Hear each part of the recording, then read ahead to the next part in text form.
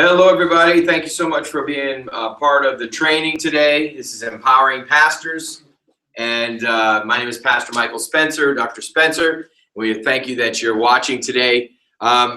If you're online, we want to start encouraging you to immediately go to the chat section. There's somebody that's already manning it and prepared to answer questions, and your opinion is important, and what things you say are important as well. So I want to make sure that you are communicating back and forth.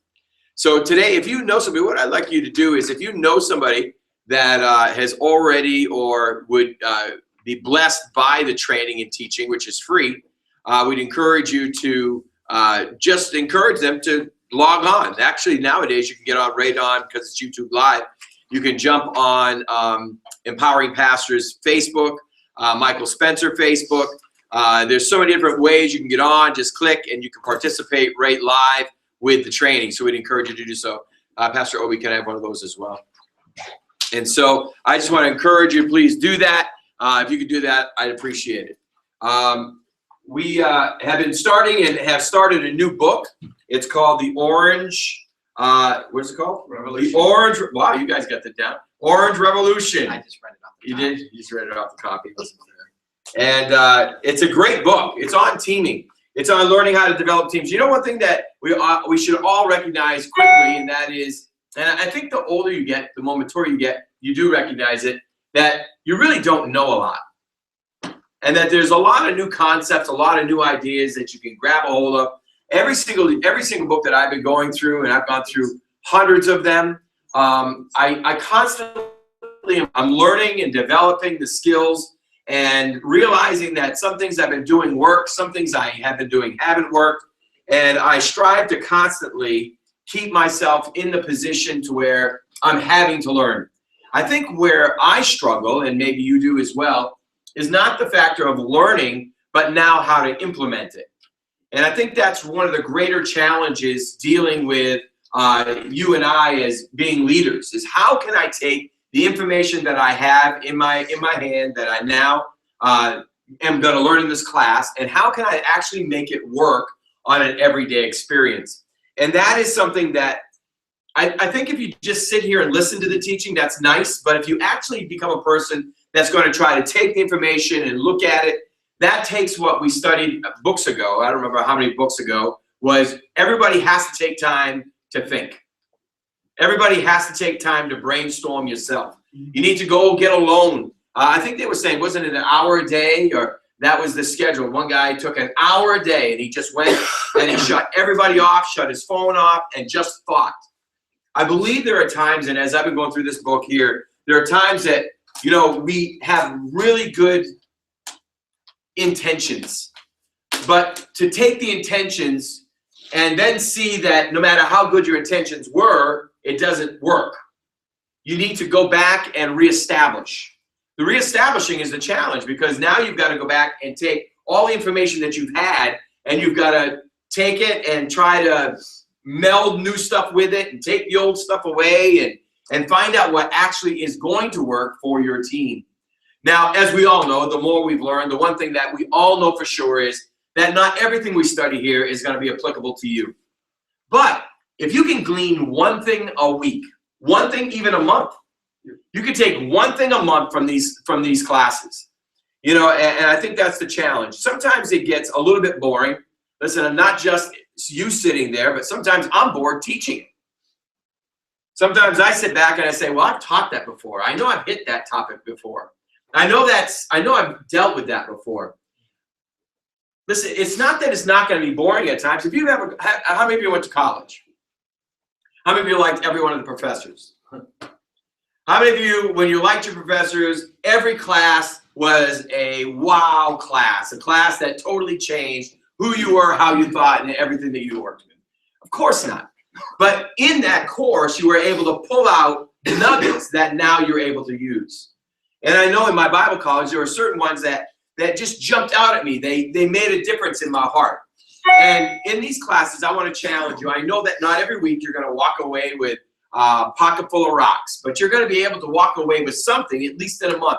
And if you could change 12 things concerning your organization, your ministry, your business, you can just change 12 things a year, then you're so far in advance from where the majority of other people are that you will absolutely, without any squabble, excel in what you're doing. So we've been talking about the Orange Revolution and the factor of building teams. One of the things that's a little challenging for me with this book is I am still a little old school. Now, being old school brings the challenge. Why is that a challenge? Old school is, don't tell me what you want to do what I tell you to do. Old school is, I don't want to hear any discussion. If this is what I want it done.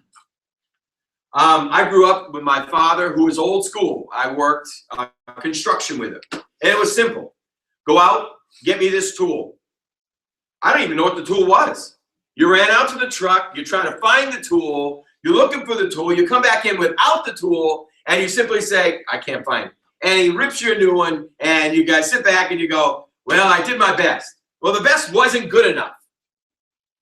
Sadly enough, that is the style of leadership that I sat under, and even when I'm dealing with pastors, my very first pastor was very laid back. LD was his name, very laid back, very quiet, very reserved. He didn't require anything of anybody because he was in the same church for 15 years with the same people, and it was kind of just on neutral mode. The next pastor I sat under, he was an overwhelming dictator. He didn't care what you liked, when you liked it, didn't care about your opinion. It was simple. Do what you're told. The next guy I worked under, his nickname from his own denomination was Little Hitler. So that was really simple to understand. I was in trouble for cobwebs in the ceiling, in trouble for the inside of my desk being too dirty. I was being yelled at from the pulpit. I was being told that I was going to get fired every other day. I mean, it was that type of learning. My challenge is I grew up in that. I respond to that. I respond to being told what to do. I respond to my leadership. I respond in that type of environment. But the fact is that the studies have shown that the majority of people do not respond to that. Especially you're dealing with postmodernists, they do not respond to that at all. Back in the old days, it was, here's your schedule, 9 to 4. You have an hour lunch break. Your lunch break is from so and so. You were there on time. You didn't leave a minute before. And when it was lunch, you were back from lunch on time. That's the way it was. Now they're actually training and teaching pastors and training and teaching leaders that with the postmodernists, you got to give them, you got to give them a little stretch time. They can do what they desire when they desire. As long as they get the work done, you should be happy. And so I'm in a quandary because I'm reading some of these things dealing with building teams in the Orange Revolution, and I absolutely buy the majority of them, but there are some of them that just, they rub me wrong. And I have to deduce whether that's me because of my style of training that I was brought up under, or is it simply that I don't agree with it? Either way, in these kind of classes, what you have to be able to do is you have to be able to decipher what works best in your organization. Because what works best simply is this. It might not work with anybody else, but it will work with you.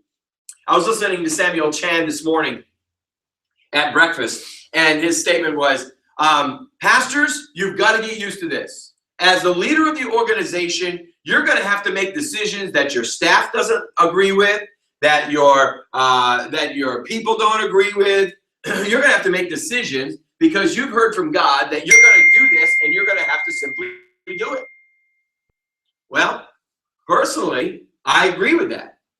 But yet when you go in this book here, you're going to find that that's not what they agree with at all. And actually, when they've done the studies on the different employees, what they have found is the greater motivation is not a dictatorial statement that needs to be accomplished to accomplish the goal. It is actually creating teams that are going to do it for you. I agree with both worlds. So the challenge of this book is you and I need to go through, and how it works for you is how you have to be able to make it applicable. I agree with a lot of the book, and I found that even as I'm starting to read that there are elements of this book that I knew. I know a company that's owned by its own people have usually a greater production than those that are just dispersed through regular stocks. When I believe it was an airline, this certain airline, the people own the company. They were very highly motivated because they want to see the greater success because it's their money. So every one of us need to just look at this and be able to deduce. I've been sitting here and actually looking at it and seeing that in my conceptual understanding of leadership, in my conceptual understanding of teams, that I need to tweak some things. I'm not really sure how I'm going to tweak them, but that's the challenge. The challenge is taking the information and now being able to make it applicable to your own organization, your own situation, to where it's going to be best fitting for that situation that you're dealing with. So I want to challenge you to make sure that you constantly are doing that. Now, we talked last week concerning patterns, rules, and qualities, and we talked about how last week they're finding the greater productivity within teams is that they're actually the comrade mindset or the team mindset pretty much leaves out the leadership. Leaders are, in fact, my dad was watching Samuel Chan with me this morning. My dad's an old Army guy. And he looked at me and says, well, the one thing I learned about leadership, that is, you don't fraternize with, let me see, how do you say that? The command does not fraternize with the men. Simple. Never. Well, and again, that's a whole level of teaching. But watch. When you start looking at, and we just talked to Sergeant Gonzalez yesterday, who made it to American soil, he's still upset that he's not with his men. So they're saying in the training and in this book that the greater research is saying to have a more motivated team, the team have to be friends, the team have to be comrades, the team have to be working together. And not that they hate the leadership, but the greater respect from the leadership does not come because they're releasing or because of their position, but because what they're doing is they're creating that team environment, and they can actually see that the leadership is building the team rather than just sitting back and dictating to the team. So that is one of the main thrusts of this book. And we started talking last week, I just want to go through real quick. The key ingredient of building a successful team is conquering barriers, expectations, and stagnancy. Now, each team member must agree upon certain principles. This is what we ended off last week, the end of page 1. Each team member must agree upon certain principles. Number 1, they must demonstrate personal competency. We said that you must be willing and be able to do your job. One of the things that I found was really powerful in here is that teams that the people did not do their job, it was actually a strong, the team themselves wanted them gone.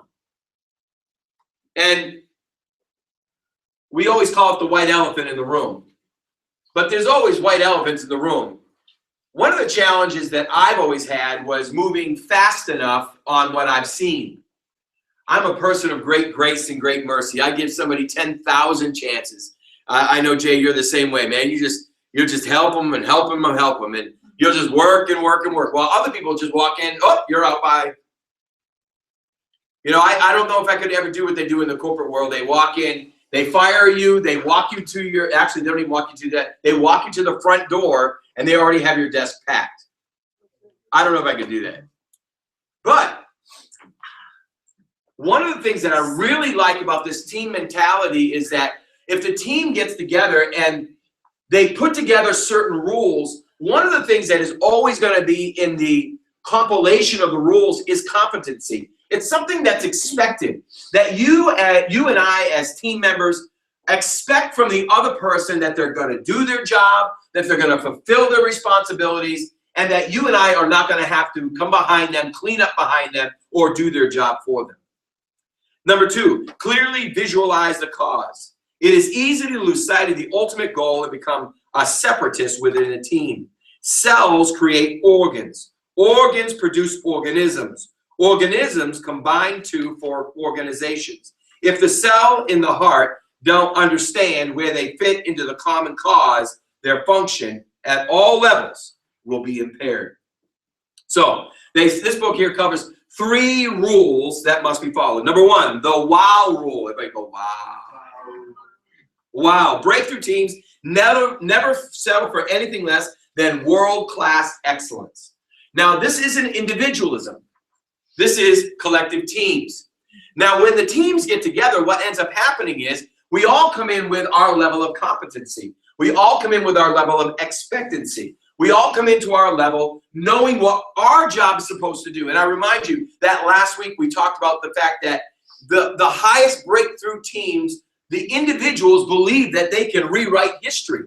They believe that they are penning for the future. They believe that they have the competency and the capability and the knowledge and understanding how to take it to the next level. When everybody on a team comes in with that concept, then we all will move to the highest level of productivity, and the wow will occur. Now, I don't know about you, but we've all been in, and I've sat in the meetings even in our own church, where everyone will simply say, boy, that was a flop, or that didn't work out well at all, or that was not to the highest par we should be. How many of you have ever sat in a meeting like that or been part of a meeting like that? Where you know that the team just didn't take it to the end. It wasn't excellent. It was okay. It was satisfactory. It made it by, but it wasn't excellent. True teams, and these breakthrough teams that they're talking about in this book, are teams that refuse to allow anything but excellence to go, which means they're willing to give up their time. And this is one of the bottom lines about the team members that are in this breakthrough teams that they've been studying, was that they found simply this: they were willing to sacrifice whatever they had to sacrifice to make it the best.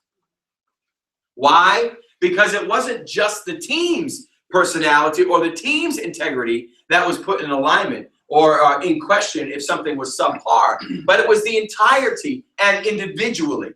You see, each one of us have to lay our head down at night. We have to lay our head down saying, did I do my job or did I just survive?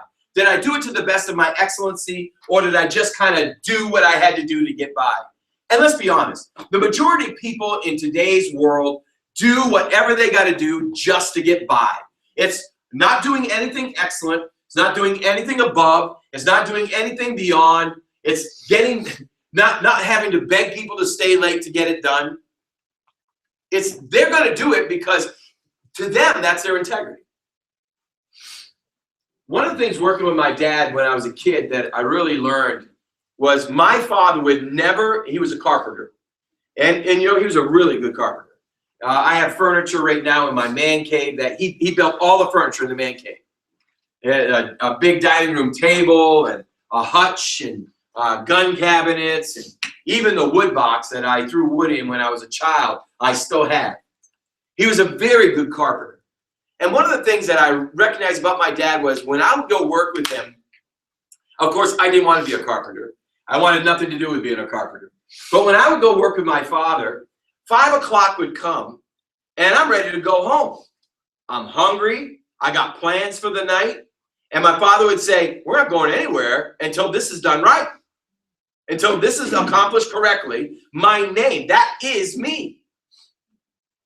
He would say, that building is me. That window is me. That door is me. Until we grab a hold of our own work ethic and simply sit back and say that my competency, I know that I cannot give junk. I know that I can't just give. My daughter right now is in transition mode. She's leaving this Friday. And it's very easy, especially when you're a transient, not to give your all. And she said to me this morning, she says, Cody told me I had to work this week. And he said, you have to work this week. She goes, well, I don't want to work this week. I got to pack. And it's like, no, you got to work this week. She can come in. I was thinking this on the way. She can come in, but she's not going to give everything.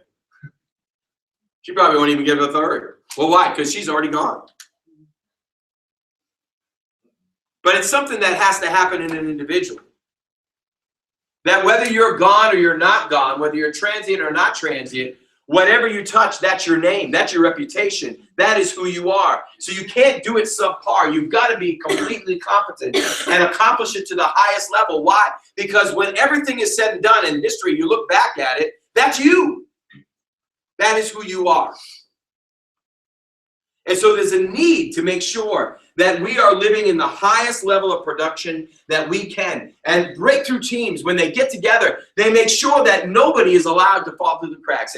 And sometimes I found, even in our own culture here at His Tabernacle Family Church, that, and I've seen it, Brenda will be needing some workers. And some people just don't show up. And the staff won't be, and I'm not talking this staff, I'm talking over all the years. The staff over the years, no one would be willing to help her. But it's like, no. What she's doing is you. We are one. If one fails, we all fail. If one succeeds, we all succeed. If the imperative thrust of a breakthrough team is that excellence, only excellence can be executed, then if somebody else is failing, then it's not work to go help somebody else. It is who you are that helps somebody else. And that is what they're finding in these breakthrough teams, that it is impossible. They refuse to allow, whether it be through camaraderie or whether it be just simply pride, that they're refusing to allow junk to go out of the production line. So they follow these 3 rules. Number 1, wow. That's the wow. They break through. It's the excellence, the world class. Number 2, no surprise. All teams are responsible for openness and honest debate and knowing what is expected from others. Now watch, we covered this not too long ago about people being too sensitive. Amen. It's true. We live in a world where nowadays you say something and you hurt their feelings. Well, I'm sorry. You know, you've got to be honest. And sometimes honesty isn't always comfortable. Now, the person that doesn't mind giving the honesty has to have at least some tact. You know, they can't slaughter, behead, and disembowel individuals and simply say, well, I'm just telling you what I think. No, you've got to have enough tact to be able to share that, because your job is to build somebody, not to tear them down. And we all know the sandwich rule. Everybody know the sandwich? Yeah, everybody know the sandwich? You give the bread, you encourage them, you say what you're thinking, and then encourage them. Amen? You don't just... Who's ever read the book, Well Done? Yeah. How many were here when we did that book? My goodness, that was like at the very beginning. That was like four years ago. Well Done. I'd encourage you all to read that book, Well Done. W-H-A-L-E, Well Done. Yes.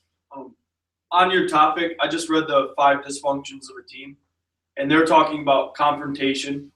That when there's trust in a team, not like I trust you, trust me, but trust we're all going to the same place, that it allows confrontation because there's a knowing that it's not a personal attack. And it really broke down like the difference between why people get hurt is they feel like they're personally being attacked, but it's not a personal attack. It's just an attack on what's holding us back from getting to the main goal. I thought they really broke that down well. And I think that all gets down to whether or not somebody's secure in themselves. If a person is not secure in themselves, then when that honesty comes out, the no surprise comes out, they go into defensive mode. Once a person goes into defensive mode, what happens to their voice? Loses power. Yeah, their voice shifts. They start going into describing why they're not doing or what they're not doing, or they start getting in an attack mode. When somebody gets into that, you know it gets down to it really does get down to inside issues. And each team member has to be secure in themselves. You have to be secure in yourself, especially if we're going to create breakthrough teams that are honestly going to bring excellence. Now, for those who are doing the kingdom work, my goodness, you better bring excellence. Let's be honest. This is about souls. It's about people living and dying eternally. If it's a company, it's about money. Well, that's everything too. A company can't live without money. It doesn't matter how good intentions you are. It doesn't matter how big a plan you have. Without money, you're not surviving. And you can't make money without a team. So every one of us are in the same position no matter what layer you're coming from. There's the necessity to make sure that, number one, the wow factor is occurring, that you are going to produce the highest quality. Number two, that there will not be surprises, that you're willing to sit down with your team because they're all secure. They all know with clarity where they're going. They know the passion and the drive and what they're going to accomplish. And so they're not going to be intimidated. They're not going to go into defensive mode. They're going to be able to hear even critique and say, you know something? Maybe I don't know how to do that. Can you help me do that? And then number 3 is cheer. The team support, recognize, appreciate, and cheer to victory. I know that is one that's not often. Remember we got into, I think it was a few weeks ago, we got into the factor of that many people, we won't go there. Let's just keep going. Here we go. The number one thing we got to have is the cause. What is the cause? I want everybody write down right now, take your pen, your piece of paper.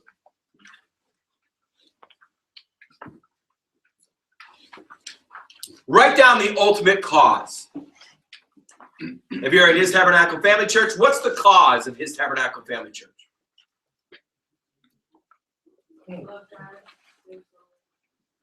Write it down. Oh.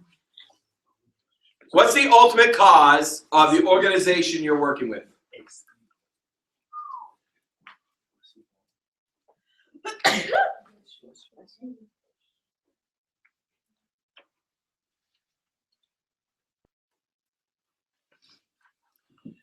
Now, one of the things that is covered in the book is the fact that it should not be difficult to steer.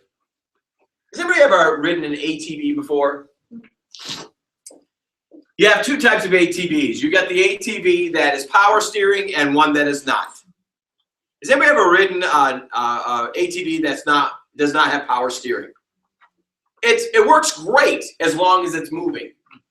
If you're not moving, or when you're coming to a really sharp turn, or you've got to go up a hill and or in a spot that's uncomfortable, power steering is beautiful.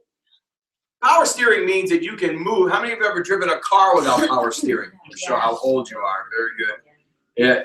When I had a 1970 Dodge Dart with a slant 6 69 Belvedere engine in it, and there was no power steering at all.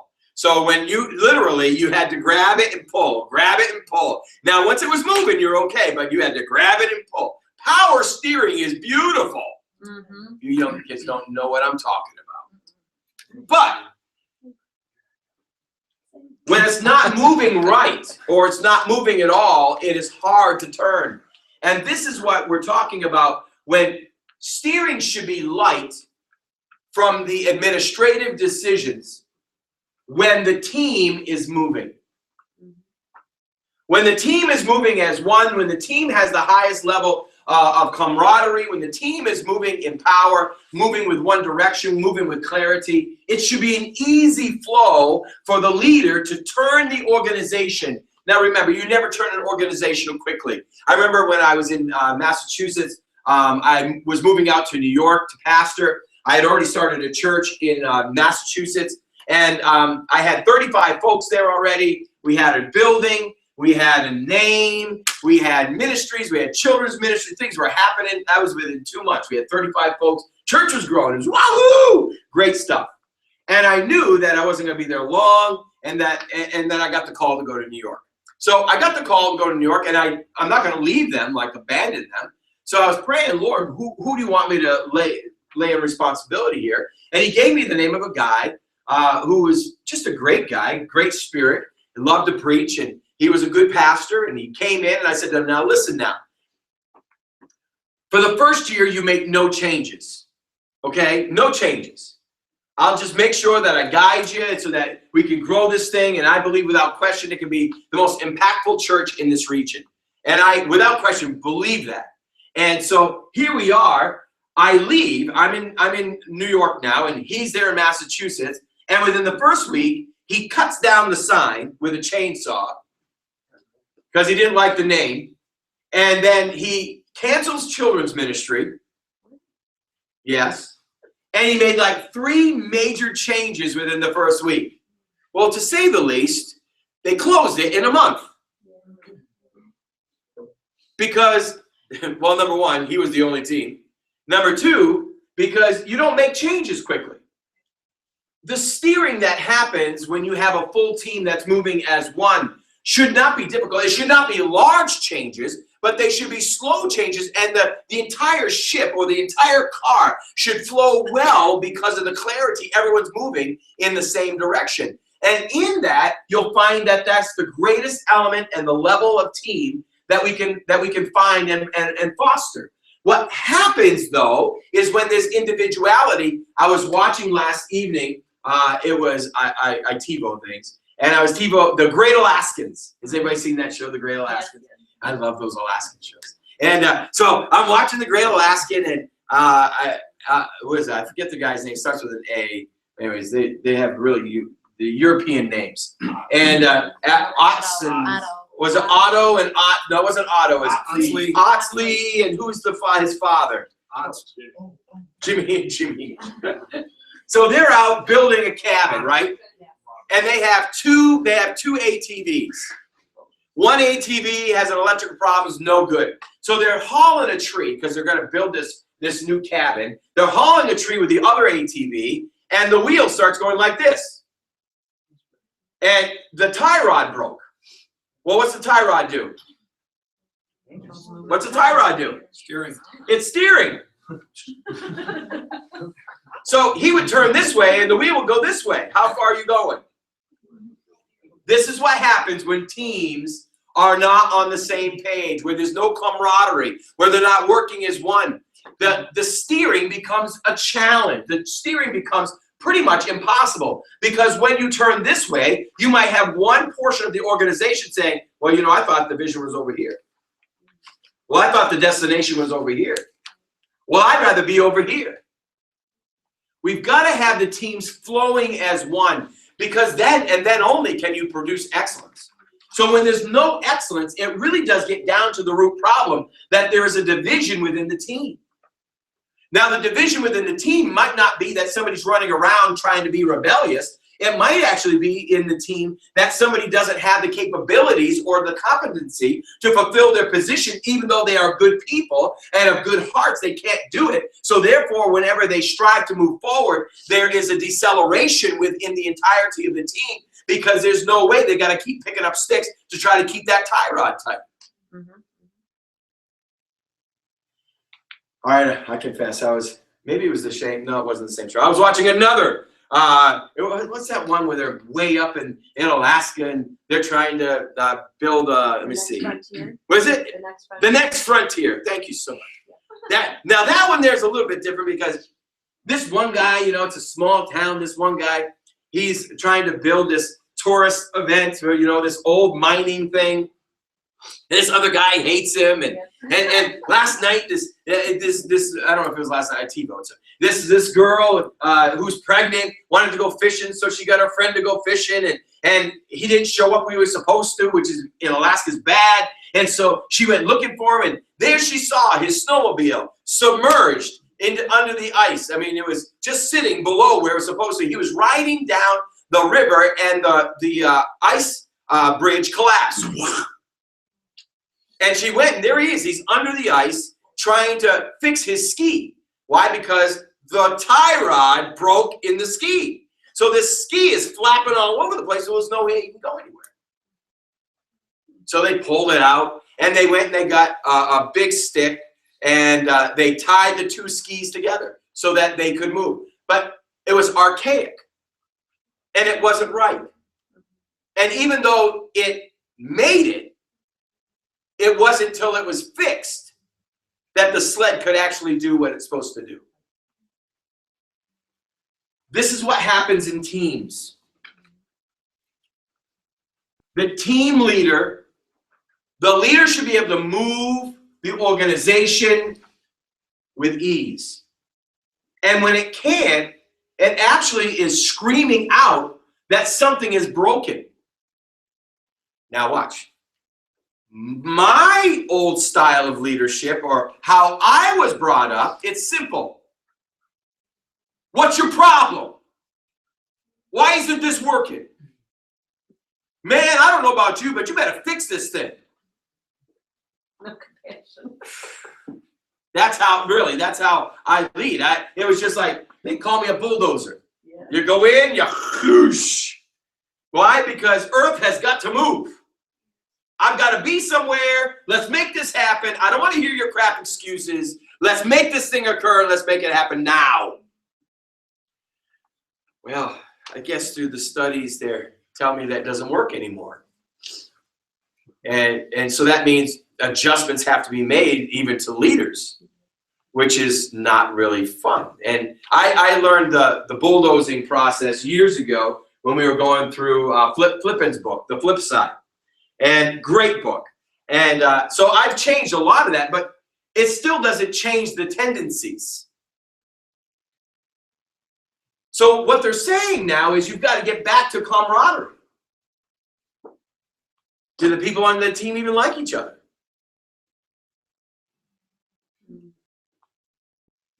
Do they want to be around each other? Are they constantly infighting? And I'm not talking like you're not going to have disagreements. I'm talking infighting. I'm talking like this one's against this one and they'll do anything they can to destroy that one. Or if that one's in need, they're not going to help them. Why would I help them? I don't like them. Immediately you know that when the leader goes to steer the team, and if it doesn't happen smoothly, that the issue goes far deeper. It goes all the way down to team level, where there has to be an evaluation, and there has to be a sincere looking, number one, at how the teams work, but number two, why these things are not working within the team. And the difficult part of that is one of the challenges, because depending on the style of leader you are, even though they'll call me a bulldozer, some have called me mean, even though I've been called those things, I still really do love people. I really do love the staff. And so you'll give somebody time and time and time and time and time and time and time. But after a while, you've got to make a decision that, you know, if they aren't competent, first of all, their team members aren't happy with them. Second of all, they're not being cheered on anymore. They're being like, dear God, do we got to keep putting up with this? And the white elephant gets bigger. There has to be an execution. There has to be not an execution. There has to be execution to make sure that the team is going to live and be able to survive and live and excel. And if they can't, then it falls on the head of the leader. Now, in your notes, you see this really unique little S kind of thing, swoopy thing. And it gets into the cause, wow, no surprise, and cheer. The basic four: goal setting, communication, trust, accountability, and recognition. Team spirit, here we go, focus, loyalty, engagement, and satisfaction. Number one, correct people got to be on the bus. We all read that book. How many read that book? Good to Great. If you haven't read that book, you got to read that book. Good to Great. It is horrific for the first two chapters. Just a brutal read. Good to Great by Jim Collins. One of the main principles in there is get the right people on the bus. To his opponent. Amen. To his opponent. Oh, you got it. That's all right. Good. That's right. We're listening. Good to Great. You got, honestly, you got to get it. And you can get it by audiobook. Right there, Jay has an audiobook. You get the audiobook, and that's how I listen to it. I was going to Florida one time, and you got 17 hours in the vehicle. I listened to Good to Great all the way down. Then I read it. Then I listened to it all the way back.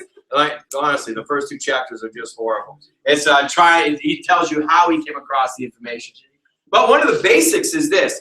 The basic principle of Good to Great is getting the right people on the bus. Because if you can get the right people on the bus, then it doesn't matter. You're going to get there. The issue is once you get the people on the bus, you've got to recognize that not everybody's in the right seat. And that is where moving people around and we're moving the team. Now, in that, the team has to live in that confidence level. They have to know that they're okay. They have to know that they're not on the bubble to be burst and be thrown out on the edge of their ear. But at the same time, they have to have levels of competency to be able to accomplish what they have been called to do. And if they can't, now I know I told you this example, but I just got to tell you it again. I remember when I was, it was when we were down in our other building, and I was in my office at my desk, and a man walked in. His name was John, and John had just given 3 years of his life as a carpenter. He renovated the entire building, and he did it for whatever we could afford to give him. Literally. I remember the first year, I think we gave him $100 a week.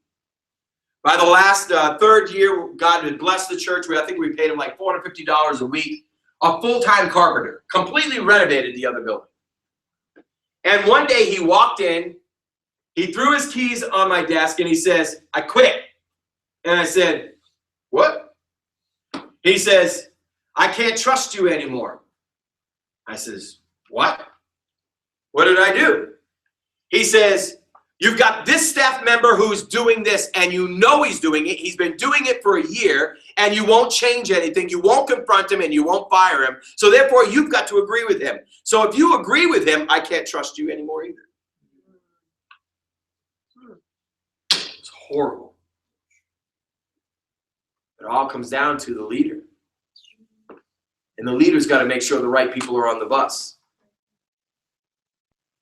And that means that the leader's not always the most popular.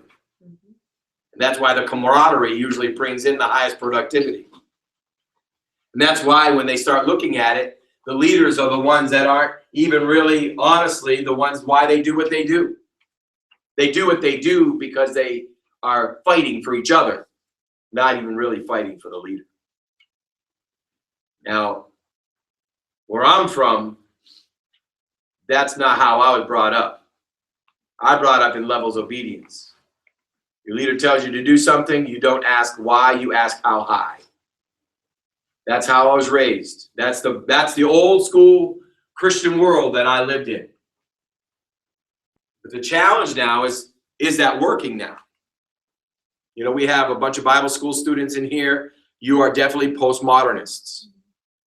Will the old school style of developing teams and leading teams work or not? And if not, then we as leaders can be as stubborn as we desire.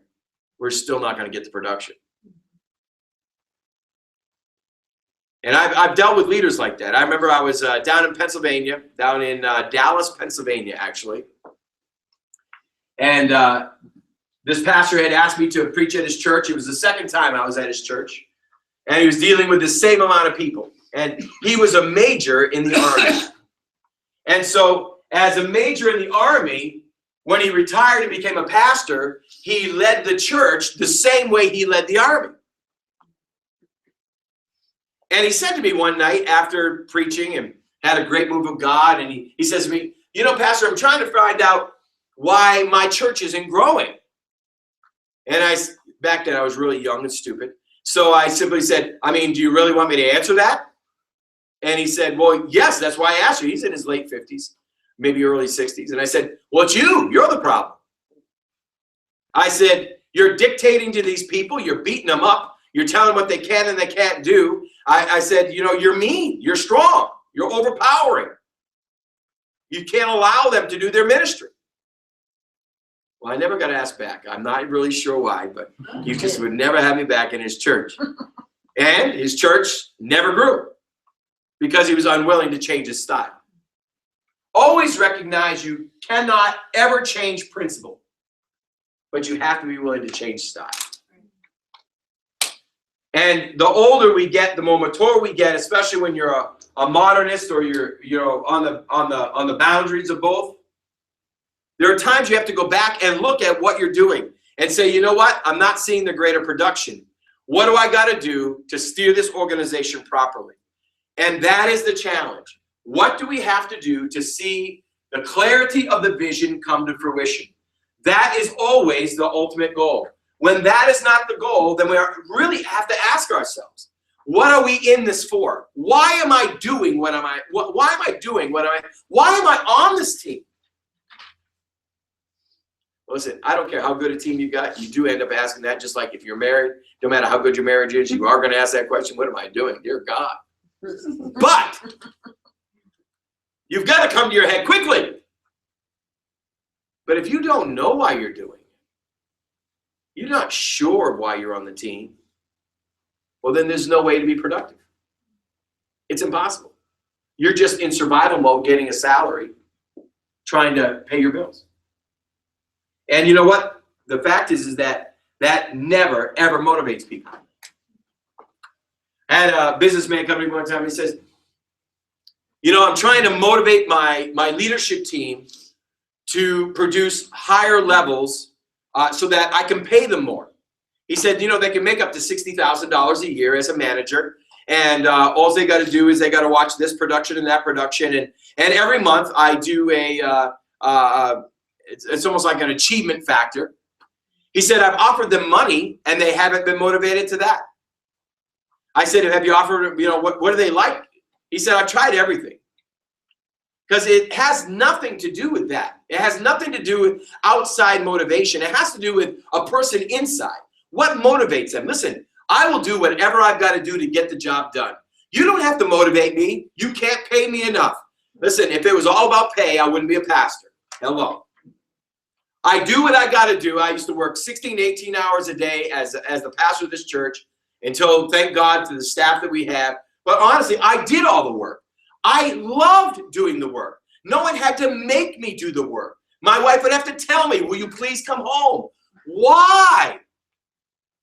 There's something inside that motivates you. When you love to do what you love to do, you don't need that outside motivation. And when you find value in it, it's a drive for you. And what happens in staff is that people get positions. And they like them for a while. I want to let you know real quick that every position you get will be anticlimactical. Every raise you get will be anticlimactical. After my third new vehicle, I realized it's a new vehicle for about a month. The new car smell is gone. It's anticlimactical. All these things that you touch, that you do. The grass is greener on the other side. It's anticlimactical because someday you're going to be on the other side for long enough to realize, yeah, that didn't work either. Yeah. Life in and of itself can be anticlimactical. I've watched brides put everything they had into getting married. And then the wedding day's over, and guess what? It's anticlimactical.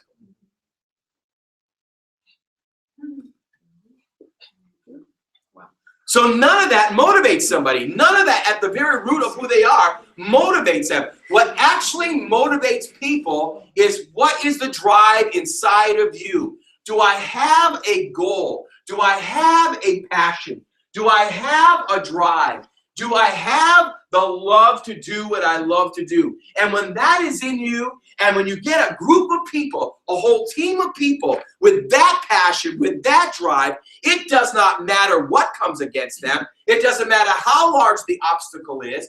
They themselves, internally and corporately, will move any mountain that's got to be moved, work as many hours as they've got to work. Why? Because it's about who they are, not about what they can win. And man, I tell you something, when you're not driven like that, you wander a lot. There's a lot of wandering in your life. You've got to have that clarity of why you are, what you do, what you do. I'll just read a few quotes and then we'll be done. Leaders of revolutionary teams must begin to see themselves as playing a role on the team rather than someone outside and over their colleagues. Now, this is one I struggle with. T.D. Jakes, I think, said it the best to me. When you're starting an organization, you walk amongst them. There then comes a time when you've got to walk in front of them. But the higher level of leadership is when you walk above them. They've got to be able to hear where they're going. And when you're their friends, they're not listening to you anymore. Mm-hmm. So this statement here, I struggle with. Anybody else struggle with this? Anybody else? Just me, just two No, of us, yeah, no, just two. I feel better. Want to be alone? No one wants to be alone. How many of you don't struggle with this? No one's brave enough to raise their hand? What do you mean? How many, I'll read the statement again. Leaders of revolutionary teams must begin to see themselves as playing a role on the team rather than someone outside and over their colleagues. How many don't have a problem with that? And why? I need to be loud though, love. Okay. So what it's saying is leaders have to accept that they have to be part of the team too, and not just over it and delegating it. I think that that has benefits and fallbacks. I think that you can always see better as a third party to see what's working and what's not working instead of getting involved. But I think if you're involved, then you can understand what your team is going through as well. So you're better able to relate to them, and so that they're seeing you do the same thing. That's going to make you seem not like some boss or manager, but that you have a heart for it as well. So you're telling them to do things, but you're also demonstrating how to do it, and that you are willing to put in the work that you're expecting of them. Very good. Hold yourself to the same standard. And if you look at John Maxwell's definition of leadership, that's the definition of leadership, being an influencer rather than a dictator. Yes. Anybody else? Nick answered it too well. Nick answered it too well. Here we go. Number 2. Here's the twist. The more power managers give to their employees, the more their employees esteem their leaders. How many of you see that as true? I don't. One more time. Yes, yes. I'll read it one more time. Here we go. Here's the twist. The more power managers give to their employees, the more their employees esteem their leaders. Agree or disagree? Agree? Why? I think it puts a new perspective on your leader because, well, it's supposed to be like as your leader goes higher, if you're following them correctly, they'll bring you higher. So then you get to see like, okay, when they were at my level, this is what they were dealing with. So now you can look up and be like, wow, like they were doing everything that I'm doing and still maintaining that factor of leadership, and this is how they handled it. So I think it's like cool. Cool. Here we go. Good. You gotta be louder. I just think that that's a blanket statement that doesn't apply in every circumstance. Yeah. Because working as a manager in a retail situation, there were times where you couldn't give power per se to a person who wasn't elevated to some level of delegated authority. If you gave that person power, it caused dissension among the other team.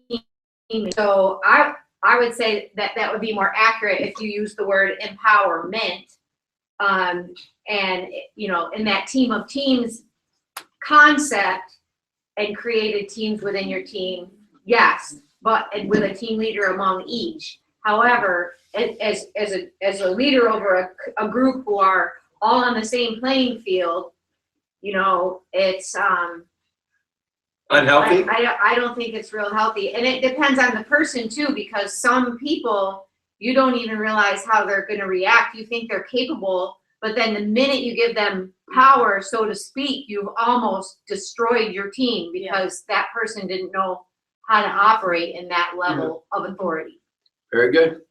What about the factor of what you don't inspect, you can't expect? 100% true. That's absolutely. 100% You true. gotta follow.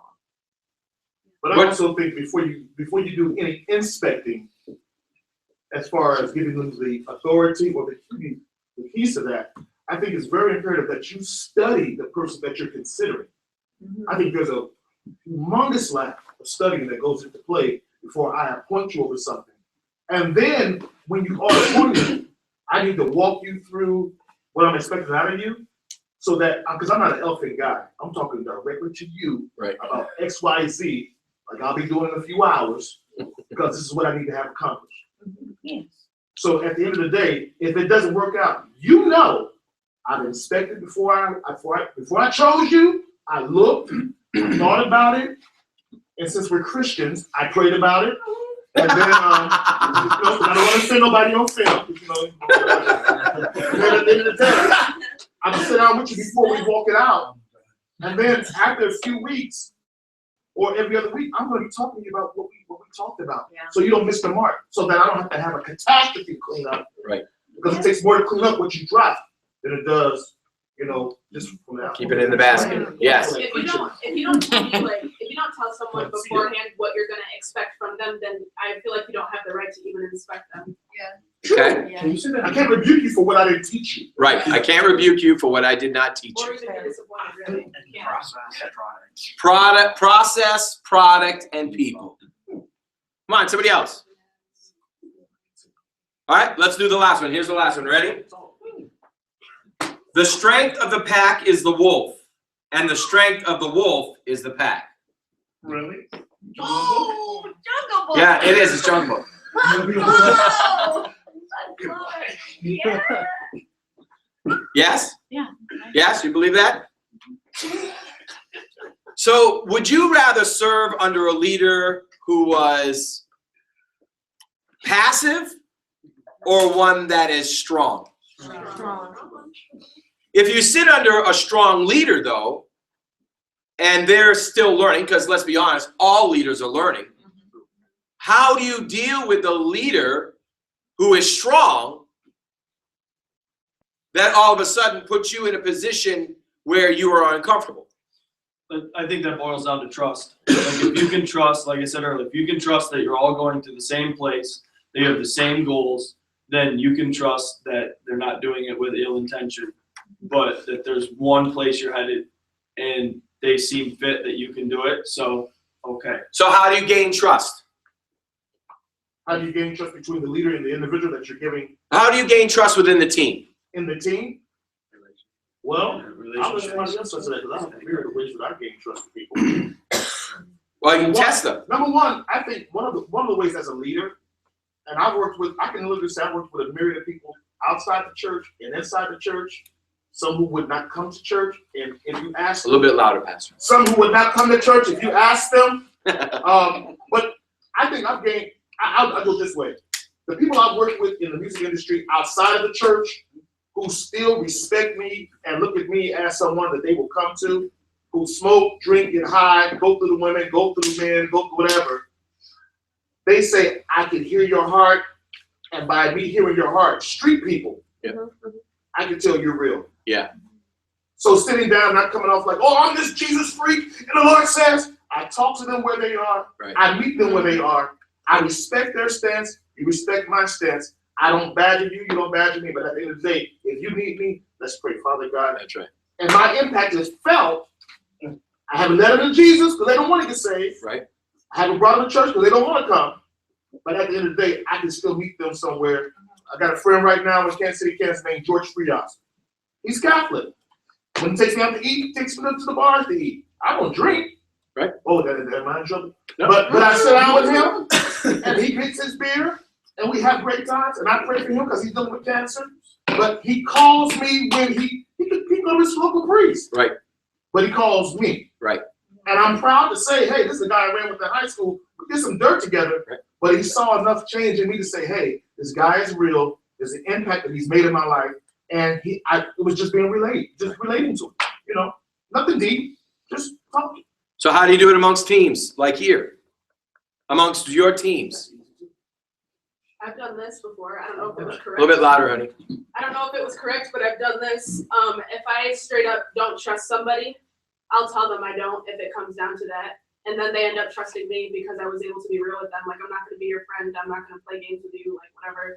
But, like, at the end of the day, this is just what it is. And then people end up trusting me because I was incredibly, Honest. like, yeah. Like, I'm not going to, I don't know. I need to learn, like, the line. But I don't, like, if I don't like you, I don't just like to, oh, my God, hey. Like, I don't like to do that. 'Cause I don't trust people like that. If I know that someone doesn't like me, I don't want you to, like, come up and smile at me, girl. Like, no.